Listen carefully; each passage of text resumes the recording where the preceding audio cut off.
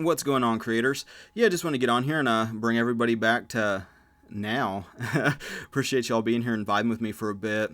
Today I'd like to talk a little bit about using like situations in our life, especially like repeating situations, maybe with different people, but it's like the same kind of pattern. Using those kind of patterns to kind of level up, kind of change the way your inner conversations are, change your outlook, and it's really helpful, And so this kind of coming from a perspective of like marriage, I don't really talk a whole lot about that because to me it's kind of like a private thing, and I don't necessarily think my wife wants me airing our personal dramas and business to anybody with the internet connection, But there's definitely been some things I've learned through marriage that I feel like is really important, especially with, so many people, having relationship problems and like marriage, divorce and shit like that. And, I see a lot of it too, and like talking to some of my customers about like, talking to like the husbands, they're just like, who knows what she's, even thinking about or, whatever. And so I just wanted to share some insight, and hopefully it helps you, for one, have a better relationship, and then also to prevent people from giving up on each other. I feel like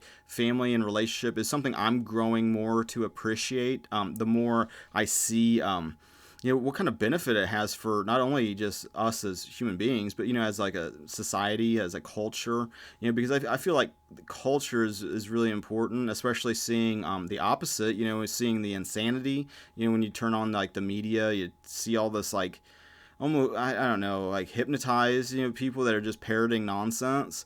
It's really easy to start sitting there and like, I don't know, maybe like attacking them or judging them or whatever. I get in that too, so I'm not like perfect. I mean, if you look at my Twitter history, I get on these rants, and I was on one earlier today, and so not to stay in those ruts, but to like kind of get out of them faster and faster, because we're all doing the same shit. It's like, it's really becoming more and more obvious. Like, if you look at culture as a whole, everybody's facing this fear, and there is a gigantic communication breakdown happening. Where everybody's pointing their fingers at other people, blaming them, like blaming the they. If it's like, if you're like, oh, I don't want this vaccine, so then it's like I'm against these people pushing this shit. If you're on the other side of it, it's like it's crazy that you're gonna die if you don't get this. And they think, this group of people is insane. Then you have another group of people saying, hey, the government's gone way out of control, and whatever. We're all kind of all fighting this kind of shadow, and so it's important to maybe try to work on some of the communication things. It's definitely a big deal in a relationship, to get out of this like mindset of like, oh, I'm right, and so I'm going to sit here and just boom, boom, boom, just beat on this tree of I'm right, and I'm going to continue this drama until you understand how right I am. Instead of like trying to be right and making the other person wrong, it's almost more helpful, for one, to seek to try to just communicate. Because everybody's as far out as it kind of seems, especially if you've been very triggered and you've been unconscious and you're just lashing out on others and yourself and just everything in creation. It's easy to start to lose sight of that people are doing the best they can, based on their trauma and their suffering and like the shit show they've been through. I don't know anybody, in my upbringing that had a functional upbringing. It's like seems very common, like dysfunction is pretty normal. But I think it's important to like not like shame and guilt our upbringing, because like as a parent, I know I'm not, I could have done things better, still could do things better, still working on it. There's like a lot of cycles of just shit I've had to, let go of. But looking at your parents, to like you as how you're parenting, were you able to let go of a lot of like maybe dysfunction, and so you've improved upon that kind of programming, that kind of mindset that you have.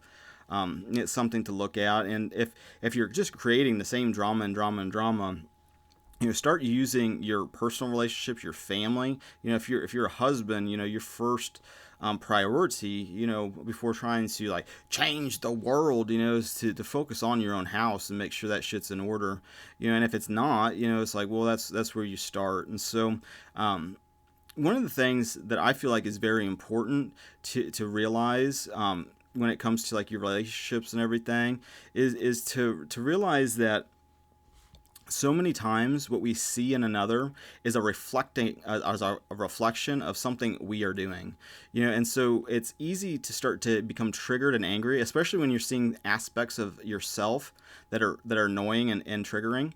So if like you're a husband, you start noticing your wife is like, you're trying to control everything and just be nagging and not being appreciative and everything, and then you start, kind of going down this downward spiral of like getting more and more triggered by it, being annoyed, and you start sitting in your mind like maybe, like attacking, that character trait of like, oh, I hate that so much. Why does this keep happening? And I don't know why that red line's there.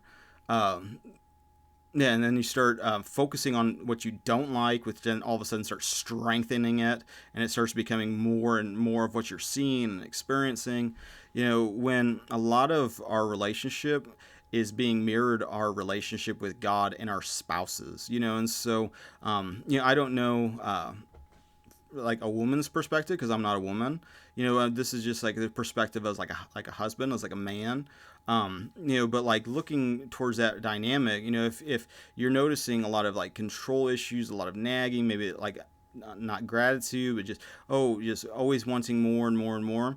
Start checking yourself then, and go within, ask God, am I guilty of doing that same thing in this relationship with like this spiritual relationship? Am I trying to control everything, or am I trusting that God's flowing this thing out perfectly? Am I, not being grateful for all the blessings that God's already abundantly given? Or is it like getting back into rat race mode where it's like, well, if I only had a little bit more, then I could be, at peace and be happy. If God only just gives me an increase, then I can express more and more of the fruits of the Spirit.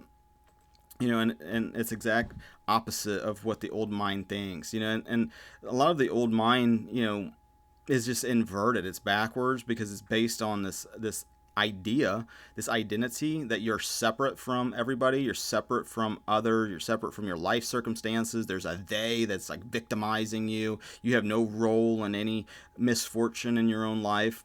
It's this poor boohoo me. It's, blame, this group, blame that group, blame society, everything. You blame God, until you start radically, accepting responsibility. You just almost continue to have, it's almost hard to lock down like a solution then, because it's always the they, it's always this extra force out there, and part of that error compounds these situations as they occur, because you're starting to see, oh, there's like the will of nature, there's the will of my spouse, there's the will of, the animals, there's the will of the body, all these separateness, everything as you're seeing is separate, instead of seeing connectivity and oneness and, unity, which is more in line with who you actually are, and so when you start having these relationship issues, and a big part of that, I feel like at least, is marriage is a mystery. It's a biblical mystery because, but it's a biblical mystery. There's a lot of mysterious qualities to this marriage between then you and then God. It's like, what is this supposed to mean? I don't understand this. So does that make me God's wife? It's like, that doesn't make sense.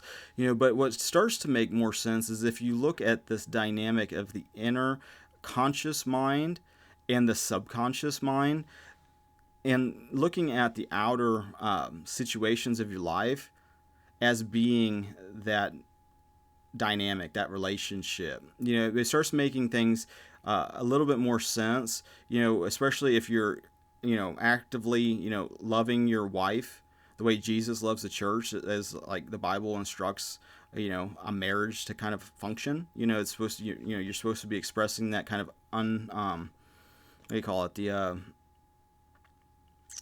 can't even think of it. basically love that's not relative. It's just like unconditional. There it is. You're supposed to be unconditionally loving. If your spouse, sins against you, as the Bible would say, it's like, well, how many times you forgive them? It's like 70 times 7, which is, I feel like, kind of a smart ass like response. It's just like, oh yeah, how many times? Yeah, it's just like, yeah, as many. It's like an infinite, indefinite amount. And Jesus also says that we're supposed to forgive others so that we're forgiven. Which I feel like you can start to actually tangibly feel that in your own consciousness as you put that to practice. It's like right now, like what just came to your mind is somebody who's like wronged you. Whoever that is, that the president. Some people have made that the boogeyman. Is it Fauci? Is he the boogeyman? Is it Bill Gates? Is that the boogeyman? Is it your boss? Is it somebody in your family? More than likely, it's somebody really close to you. It's like a lot of times we see these figureheads in society, that we project a lot of our anger and hostility towards. Meanwhile, it's our family and close friends and acquaintances and people in our fucking space that are the most grievous offenders.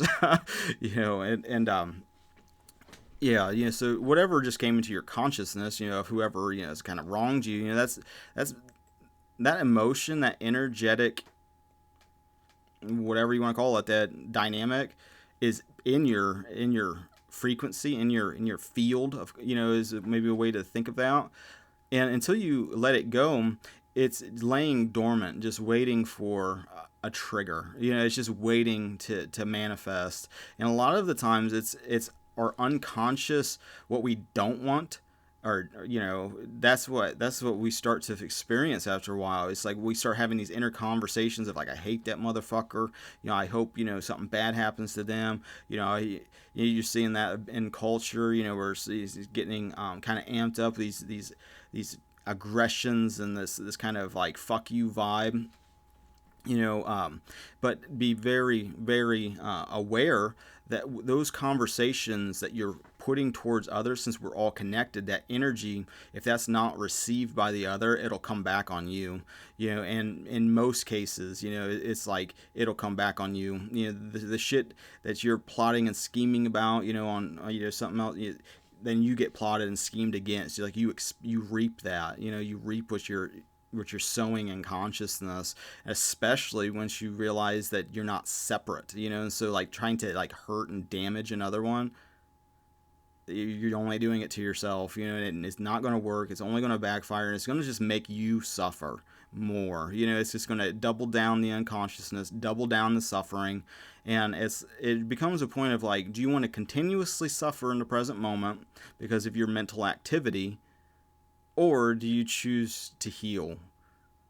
It's a very simple question. A lot of like spiritual things are very simple. It's the old mind loves to convolute and just make gigantic, elaborate setups and schemes. And what if this happens? And what if that happens? And oh, what if? And then you just build this big elaborate pendulum, and like yeah, and then when you're faced with the actual thing, it's just not even anything. But going back to like using your relationship, especially if your relationship is like a fucking not going well, it's like start looking. If you're the husband, it's like kind of talking to kind of what I know, I guess, and so start looking at yourself, if you whatever drama and problem you're experiencing, and start to ask God, is like, am I guilty of doing that to you? Is that like, I feel annoyed with this person. It's like, are you kind of feeling annoyed with me and like how I'm just the chatter, trying to control everything? I'm not really giving any type of like care or concern of like, spiritually, is this important? Is this not? You're just fluffing around. And not to sit and like guilt and shame yourself either, because exactly where you're at right now is perfect. God knows what God's doing. And it's like, let go of that control, let go of thinking that how this awakening process needs to unfold, because the only thing that is the past that didn't work. It just doubles down. I mean, look at the COVID shit. It's well, we got a problem, and we're gonna do all the shit we did before that didn't work, but this time we're doubling down. It's gonna work. Oh, and then it doesn't work. Well, we just need to double down, do more of it. it's part of the insanity of it, where it's almost laughable. I see that, it's like, they had a thing, was watching YouTube TV, and it's kind of a different vibe for me because it's been so long since I actually watched anything that was like television related. I was like Hulu and Netflix and chill type thing, and watching YouTube videos and stuff. Like watching the actual like TV, local TV channels is something I haven't experienced in years. And yeah, and like we're watching like the new Law and Order back to back with the SVU, organized crime. It's like, okay, and yeah, it's like, oh, right after this, news at 11. It's like, let's listen to the governor talk about the same shit that didn't work the last couple years. And it's just like, I can't believe people are still falling for this. This is so crazy. And like, not only is it crazy, but it's just like so obvious that it's not real, and it's like, oh, it's like, oh, every time, there's some dissent, then there's experts that come out, that react to that, which is exciting for me because it shows that they've lost the narrative and they actually have no power, which they'd never had any type of real power. God has the power.